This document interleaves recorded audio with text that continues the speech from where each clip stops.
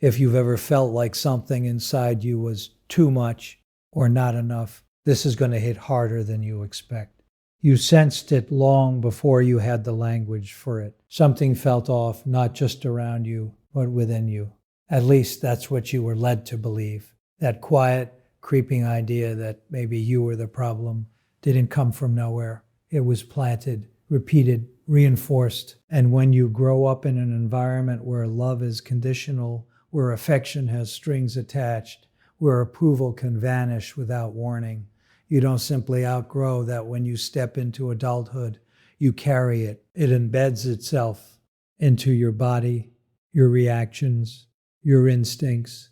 It becomes the way your nervous system operates. It shows up in the way your shoulders tense, when someone's tone changes just slightly, and the way you say sorry before you have even had time to think, in the invisible patterns that guide your relationships without your permission, in the conversations you have with yourself in the middle of the night when everything is quiet and there's nowhere left to hide. For a long time, you probably assumed this weight was normal, that everyone felt this constant pressure, this subtle unease, this underlying sense that something could go wrong at any moment. You thought this was just what being human felt like, but it isn't. And the moment that truth actually sinks in, not just intellectually, but deeply, something begins to shift. Because here's what rarely gets said about growing up with a narcissistic parent. It doesn't just leave damage behind. It also creates something else, entirely something unexpected, something powerful. It builds abilities. It shapes a kind of awareness, a kind of intelligence that people raised in stable, predictable environments simply don't develop in the same way. Not because they lack anything, but because they never had to. You did. Because for you, learning these things wasn't optional. It wasn't a bonus. It wasn't a bonus. It was survival. And survival, stripped down to its core, is one of the most intense forms of training a human being can go through. It just doesn't feel like that while you're in it. While you're in it, it feels like pain, like confusion, like trying to make sense of something that never quite adds up. What you're about to see are 4 of those traits, 4 abilities that almost every child of a narcissistic parent develops. And here's the part that matters most. Most people spend their entire adult lives misunderstanding them. They think these are flaws. They think these are signs that something inside them is broken. They're not. They're proof that you adapted, that you responded, that even when you had no control, no power, and no real choices, something inside you figured out how to survive. The problem isn't the traits themselves. The problem is that you've only ever experienced them in survival mode. You've only used them as protection. And protection, once the danger is gone, can become a burden. So for a moment, set it down. Just for a moment. And look underneath it. Look at what's really there. Not the version of you shaped by chaos, but the version of you that exists now, the one who finally has a choice. Before we go deeper, there's something you need to hear. Some of this is going to feel uncomfortably familiar. It might stir things you weren't expecting. That doesn't mean something is wrong. It means something is being recognized. And recognition, especially when you've spent years feeling unseen, can feel overwhelming before it feels like relief. So don't rush to fix anything. Don't try to control your reaction. Just let it land. The first trait is the foundation of everything else, and it's something you've likely carried your entire life without fully understanding it. You read people the way others read text, effortlessly, instinctively, without even trying. You step into a room, and within seconds, you know. You can feel it. You can sense when something is off. You can detect tension, even when everyone is pretending everything is fine. You can tell when a smile doesn't match what's underneath it. You can feel the difference between silence that's comfortable and silence that feels like it's holding its breath. Most people don't operate like this. Most people take things at face value. They hear words and accept them. They see expressions and trust them. They rely on what's visible. You never had that luxury because where you came from, what you saw on the surface, often didn't match what was real. Think about what that required of you as a child. You didn't have the words to explain what was happening. You didn't have a framework to make sense of it. All you had were your senses and your instincts, and those instincts learned fast. You learned that moods could change without warning, that a calm moment could turn volatile without any clear reason, that nothing you did could fully control the outcome, but somehow you would still be blamed for it. So you adapted. You started paying attention closely. You tracked every detail, the way someone's voice shifted, the way their posture changed, the smallest flicker of expression, not because you wanted to, because you had to, because anticipating what was coming was the only way to prepare for it. And that ability didn't disappear when you grew up. It expanded. Now you can sit across from someone and feel what they're not saying. You can sense dishonesty before there's any proof. You can detect shifts in energy before anyone else even notices. People may have called you overly sensitive, as if that was something to be ashamed of. But what they were really seeing was precision, a level of perception that most people never develop. The challenge is that this awareness doesn't turn off easily. Your system is always active, always scanning, always analyzing, even when there's no danger, even when everything is actually okay. Your internal alarm system was built for a different environment, but it hasn't fully updated yet. And understanding that is the first step toward changing how it feels to live with it. The second trait is one that many people feel conflicted about. It's often misunderstood, even by the people who have it. You can adapt to almost anyone.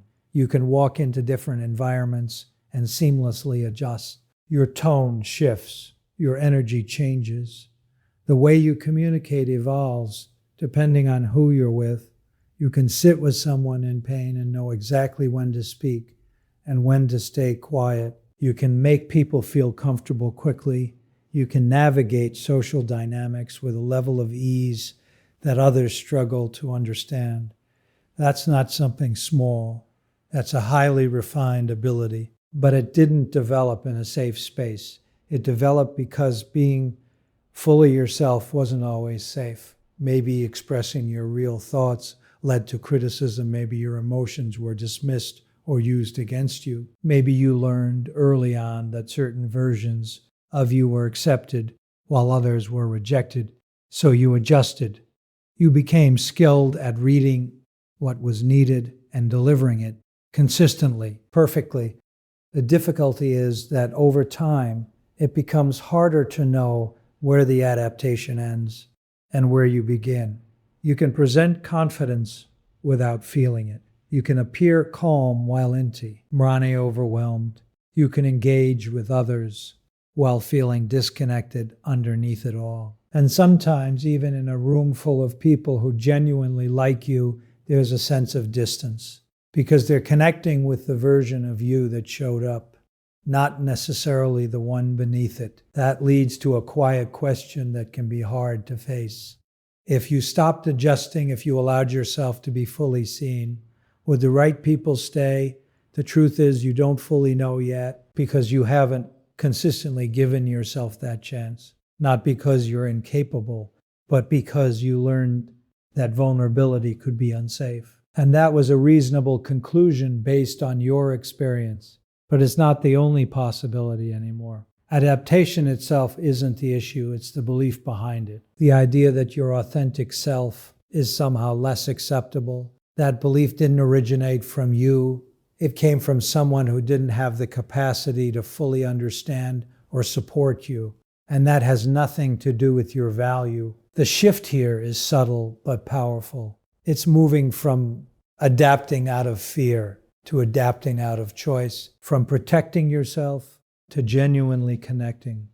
And when that shift happens, the same ability that once felt limiting becomes something entirely different. It becomes a strength that doesn't cost you who you are. The third trait is something many people don't even realize they're carrying until they're exhausted by it. You push yourself constantly. not just in a typical sense, but at a deeper level. Rest doesn't come easily. Slowing down can feel uncomfortable. There's often a sense that you should be doing more, achieving more, staying productive. That didn't start in adulthood. It was learned early because in your environment, being still wasn't always safe. Being enough wasn't clearly defined. Approval often came after effort, after performance, so you kept going. You learned to override your own limits, to treat exhaustion as something to ignore, to associate your value with what you produce. And that pattern followed you. Now you might find it difficult to truly relax without feeling uneasy. You might accomplish things and quickly move on without fully experiencing them. From the outside, it can look like strength, like reliability, like resilience, and in many ways, it is. You can handle pressure. You can navigate challenges. You can continue moving forward when others feel stuck. That's real. But there's a difference between resilience and constant pressure. Resilience allows recovery. Constant pressure doesn't. And learning that difference changes everything. The goal isn't to lose your drive. It's to create space for rest without guilt. To recognize that your worth isn't tied to constant output, that you're allowed to exist, not just perform. The fourth trait is more subtle, but deeply impactful. It's the way you respond to positive moments. When something good happens, there can be a part of you that doesn't fully relax into it. Instead, there's a quiet anticipation, a sense of waiting, as if something might change. That response didn't come from nowhere. It developed because positive experiences in your past weren't always stable. Good moments could shift quickly. Warmth could be followed by withdrawal. So your system learned to stay alert, even during positive experiences. That doesn't mean you're incapable of joy. It means your system is trying to protect you based on what it learned. But the environment you're in now is different. And over time, with awareness, that response can shift because those patterns were formed in a specific context, and they don't have to define every moment moving forward. So here's where everything comes together. You developed awareness that allows you to see beyond the surface. You learned how to connect and adapt in complex ways. You built resilience that helps you navigate challenges, and you carry a depth of feeling that allows for meaningful connection. None of that is accidental.